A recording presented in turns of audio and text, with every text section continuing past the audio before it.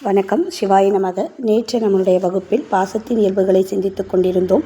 அதன் தொடர்ச்சியாக இன்று ஆணவத்திற்கு இருள் என்ற ஒரு பெயருண்டு. ஏனென்றால் நம்மளுடைய அறிவை முழுவதுமாக மறைத்து ஒரு இருட்டறையில் வச்சுருக்க மாதிரி நம்ம கிடக்கிறோம். ஆணவத்தோடு கிடக்கும் போது இந்த இருளோடு தான் கிடக்கும்.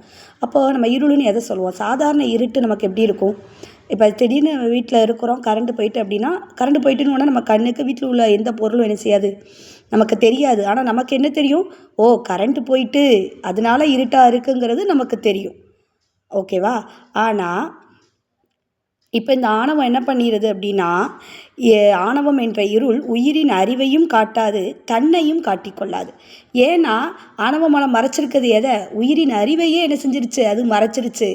சாதாரண இருள் கரண்ட்டு போனோன்னே நம்ம அறிவுக்கு என்ன சொல்லுது? கரண்ட்டு போயிட்டு கேண்டில் எடுங்க, இல்லாட்டா டார்ச் லைட் எடுங்கன்னு அறிவு சொல்லுது. ஆனால் அந்த அறிவையே ஆணவ மலம் மறைச்சிருக்கிறதுனால ஆணவ மலம் எப்படிப்பட்ட இருள்? தன்னையும் காட்டாது, பொருளையும் காட்டாத ஒரு தன்மை. ஆதலால் இதற்கு இருள் மலம் என்று மற்றொரு பெயர். மாசு அல்லது தூசி. தூசி மறைச்சிருப்பது போல நம்ம உயிரின் அறிவை அது மறைச்சிருக்கிறதுனால மாசு. தடை. ஏன்? கடவுளை அறிய விடாமல் நம்மளை தடை பண்ணுறது எது? ஆணவ மலம். அதனால இதற்கு தடை அப்படிங்கிற பேர். இப்போ ஆணவ மலத்தோட வீரியம் யாரை எப்படி, அதோட வீரியம், அதோட எஃபெக்ட் எப்படி இருக்கும் அப்படின்னு பார்த்தீங்கன்னா, கடவுள் இல்லைன்னு சொல்கிற நாத்திகவாதிகளுக்கு எப்படி இருக்கும் அப்படின்னா, அந்த ரொம்ப கடினமாக இருக்கும். ஒரு தோல் எப்படி கடினமாக இருக்கும், அந்த மாதிரி கடினமான ஒரு இதாக இருக்கும்.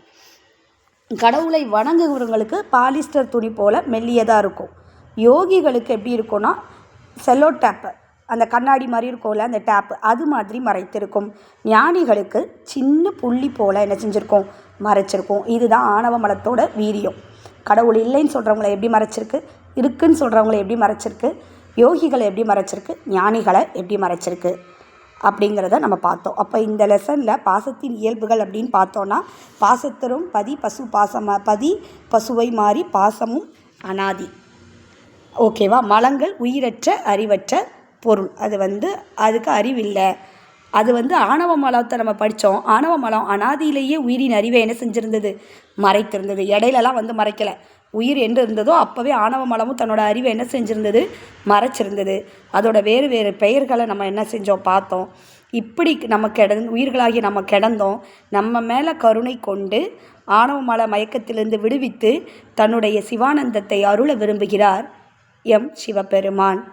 அவருக்கு நாம் நன்றியுடன் இருப்போமாக. சிவாய நமக. திருச்சிற்றம்பலம்.